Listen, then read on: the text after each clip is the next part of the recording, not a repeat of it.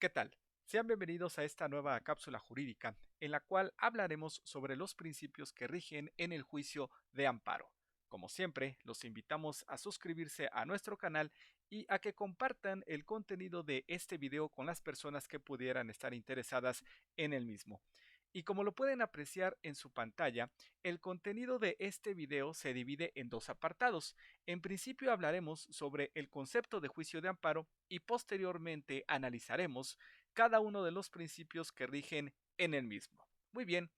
y como lo hemos mencionado hace breves instantes, comenzaremos con la definición o con el estudio de la definición de juicio de amparo. Y como lo pueden apreciar en su pantalla, el juicio de amparo es aquel medio de control de constitucionalidad que tiene como finalidad restituir al ciudadano o gobernado en el goce de los derechos humanos reconocidos en la Constitución y los tratados internacionales que le hayan sido vulnerados o violentados con motivo de un acto de autoridad. Este concepto, a pesar de ser un tanto complejo, hace mención a aquellas características o aquellos elementos indispensables para la procedencia de este juicio de amparo, como son la existencia de derechos humanos que resultan vulnerados o afectados con motivo de la emisión de un acto de autoridad que sea contrario a la Constitución. Por eso el juicio de amparo es un medio de control de la constitucionalidad para combatir aquellos actos de autoridad que en este caso específico violentan derechos humanos que se encuentren reconocidos tanto en la Constitución Política de los Estados Unidos Mexicanos como en los tratados internacionales de los cuales México sea parte. Para entender un poco de esto vamos a hacer referencia a un ejemplo en materia civil y para ello en principio es necesario tomar en cuenta el contenido del artículo 14 de la Constitución, que en su segundo párrafo dice lo siguiente: nadie podrá ser privado de la libertad o de sus propiedades, posesiones o derechos, sino mediante juicio seguido ante los tribunales previamente establecidos, en el que se cumplan las formalidades esenciales del procedimiento y conforme a las leyes expedidas con anterioridad. Estamos hablando de este derecho de audiencia que tienen todos los gobernados, específicamente para que se cumplan con todas las formalidades esenciales del procedimiento en cualquier procedimiento o en cualquier proceso jurisdiccional. Muy bien, pues tomando en consideración el contenido de este artículo 14 de la Constitución, pensemos en dos sujetos. Raúl y Juan. En este caso específico, Raúl promueve una acción reivindicatoria en contra de Juan con la finalidad de recuperar la casa de la cual Raúl alega ser propietario, misma que se encuentra ubicada en la alcaldía Cuauhtémoc de la Ciudad de México. Entonces Raúl es la parte actora y Juan es la parte demandada. Durante el proceso, Juan manifestó que efectivamente ostenta la posesión, pero la misma es derivada, ya que recibió el inmueble en calidad de arrendatario porque previamente había celebrado un contrato de arrendamiento con Mario, este último quien se ostentó como propietario de la casa ante Juan. Muy bien, pues bueno, en este orden de ideas, el juez, una vez que se llevó o se cumplieron las etapas procesales correspondientes, emitió la sentencia definitiva en la cual declaró la legítima propiedad del inmueble en cuestión en favor de Raúl y por lo tanto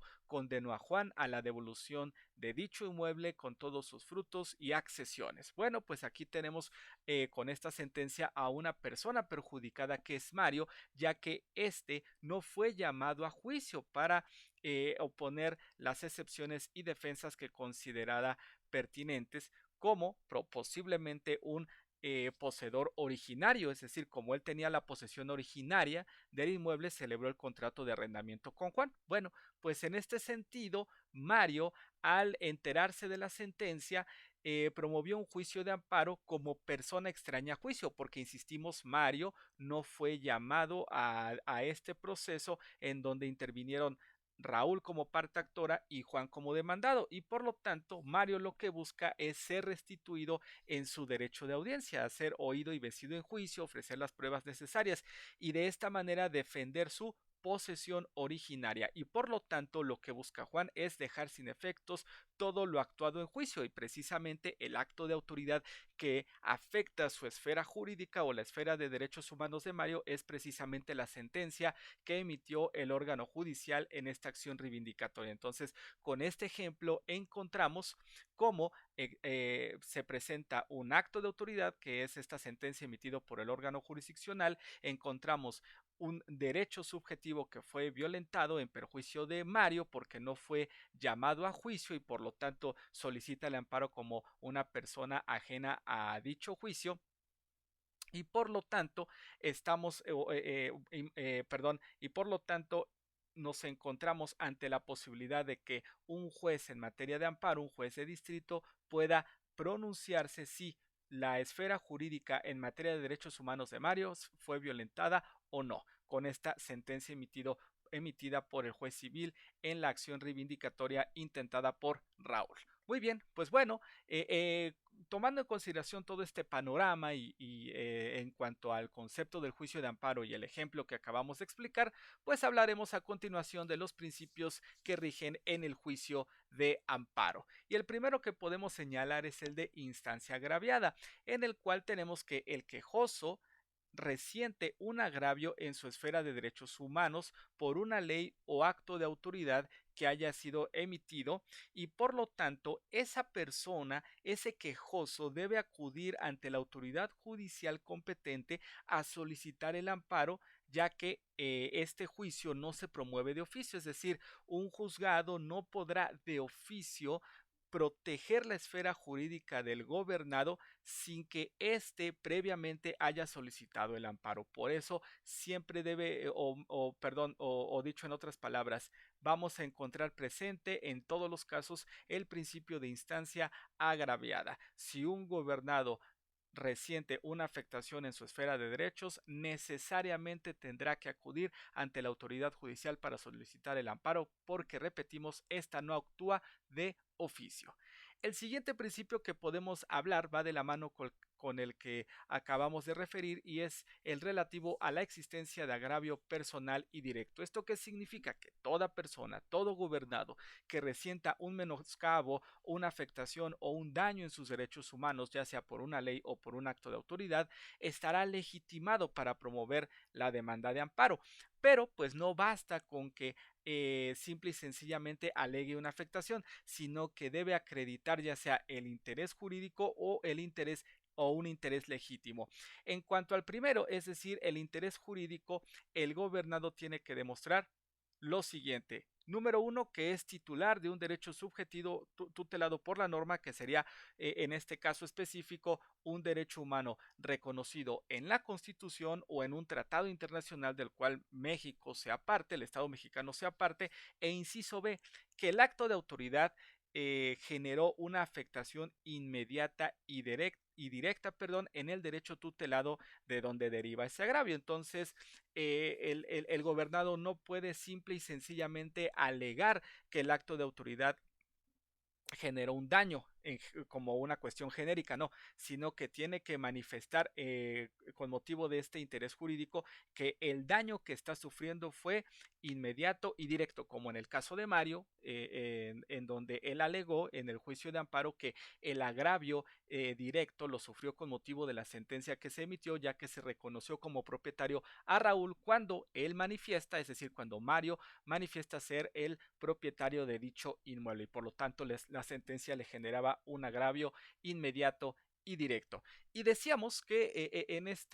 además del interés jurídico, el quejoso podría argumentar un interés legítimo, que es una figura, digamos, innovadora o reciente, ya que tiene como objeto tutelar los derechos humanos denominados colectivos o difusos en contra de actos de autoridad que generen una afectación a un grupo determinado de personas. Entonces aquí ya no estamos hablando de un agravio directo o inmediato que sufre el quejoso en su persona, sino que el quejoso puede señalar que el agravio lo sufre un grupo determinado de personas y por lo tanto los elementos del interés legítimo son los siguientes. Inciso A, la existencia de una norma constitucional que establezca un interés difuso en beneficio de una colectividad determinada, por ejemplo, el derecho al medio ambiente. Inciso B, que el acto reclamado transgreda ese interés difuso ya sea de manera individual o colectiva, es decir, un acto de autoridad que de alguna manera afecte el derecho humano al medio ambiente que tienen todos los ciudadanos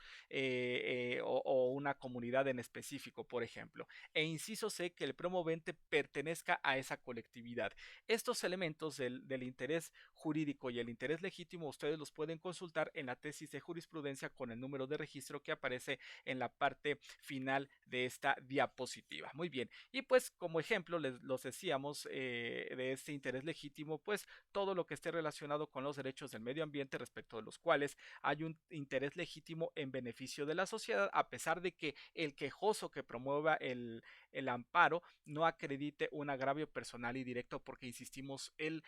perjuicio, el daño o menoscabo lo puede sufrir la sociedad o un grupo determinado de personas. Muy bien, el siguiente principio que podemos mencionar es el de definitividad, y este consiste en que antes de promover el juicio de amparo, el gobernado debe agotar todos los recursos o medios de defensa que la ley de la materia concede para modificar o revocar, perdón, el acto reclamado. Si la ley de la materia de la cual deriva el acto reclamado prevé algún recurso, algún medio de defensa para modificar el acto reclamado o para revocar el mismo, entonces antes de acudir al juicio de amparo, el quejoso o la persona o ciudadano que se ve afectado con ese acto reclamado debe promover o hacer valer dichos recursos. Sin embargo, existen excepciones a este principio de definitividad, y la primera que podemos mencionar consiste en que si el acto reclamado es de imposible reparación, no es necesario agotar el principio de definitividad. Actos de imposible reparación, pueden verlos ustedes en su pantalla, pues pueden ser aquellos que ponen en peligro al quejoso en cuanto a su vida, o ataques a la libertad personal fuera del procedimiento, o tal vez actos de desaparición forzada, ¿no? Por mencionar algunos casos que se encuentran previstos en las leyes en cuanto a actos de imposible de reparación. Otra excepción a este principio de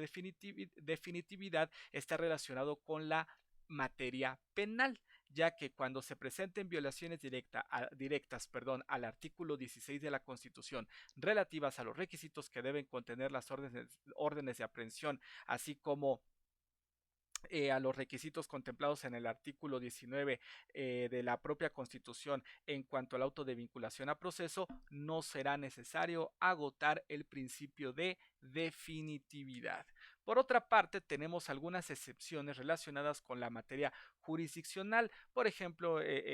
casos relativos o relacionados con los procesos de orden civil, mercantil o laboral. En estos supuestos, o mejor dicho, hay escenarios en los cuales no es necesario cumplir o agotar el principio de definitividad. ¿Cuáles son estos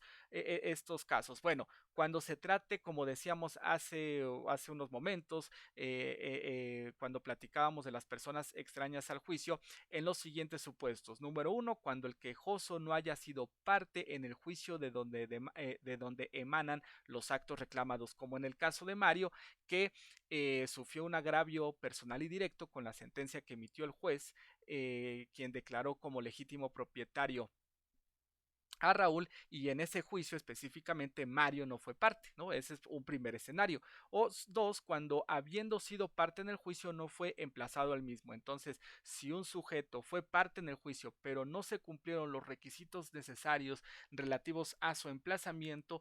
como demandado, por ejemplo, pues tendrá derecho a hacer valer este juicio de amparo. Ahora, en materia administrativa, cuando no se, o cuáles son los supuestos en los que no se debe agotar el principio de definitividad. Bueno, número uno, cuando la ley que rige el acto reclamado no concede algún recurso o no concede algún recurso o medio de defensa a favor del quejoso para modificar, revocar o nulificar el acto reclamado. Entonces, si la ley de la materia administrativa de la cual deriva el acto reclamado no concede recursos, entonces obviamente no es necesario agotar el principio de definitividad. Inciso B, cuando el acto de autoridad no esté debidamente fundado y motivado. E inciso C, cuando el recurso o medio de defensa se encuentre previsto en un reglamento sin que la ley aplicable contemple su existencia, ya que el reglamento no puede ir más allá de la ley. Entonces, ¿esto qué significa? Si el recurso o medio de defensa, en lugar de estar previsto en la ley, está previsto en el reglamento que deriva de la propia ley, entonces no será necesario agotar el principio de definitividad por el tema de la jerarquía de la ley, en donde los reglamentos están por debajo de las leyes ordinarias. Muy bien, y una excepción más al principio de definitividad consiste en la inconstitucionalidad de una ley, ya que en estos casos, cuando el quejoso alegue la inconstitucionalidad de una ley, será optativo para éste agotar los recursos o medios de defensa que la misma concede para combatirla o bien interponer el amparo contra la norma general. Entonces, estos son las excepciones al principio de definitividad del cual hablábamos hace unos instantes. Y por último, podemos mencionar un principio más que es el de la relatividad de la sentencia. ¿Esto qué significa? Que todas las sentencias que se pronuncien en juicio de amparo solo protegerán a quienes lo hayan solicitado, limitándose a ampararlos y protegerlos. ¿Esto qué significa? Que si Juan promueve un juicio de amparo para que se declare la inconstitucionalidad de un impuesto y el juez que conozca de ese juicio le da la razón, esa sentencia de amparo únicamente protegerá a Juan y eso no significará que todos los ciudadanos tengan que desconocer ese impuesto porque un juez ya lo declaró como inconstitucional. No, ya que, insistimos, la sentencia únicamente protege a Juan y solamente él estará exento de pagar ese impuesto y no así todos los ciudadanos que no hayan promovido el juicio de amparo correspondiente. Y con esto concluimos el contenido de este video. Como siempre, les agradecemos su amable atención y les reiteramos la invitación para que se suscriban a nuestro canal y activen la campana de notificaciones para que estén enterados sobre nuestro nuevo contenido. Muchas gracias y hasta la próxima.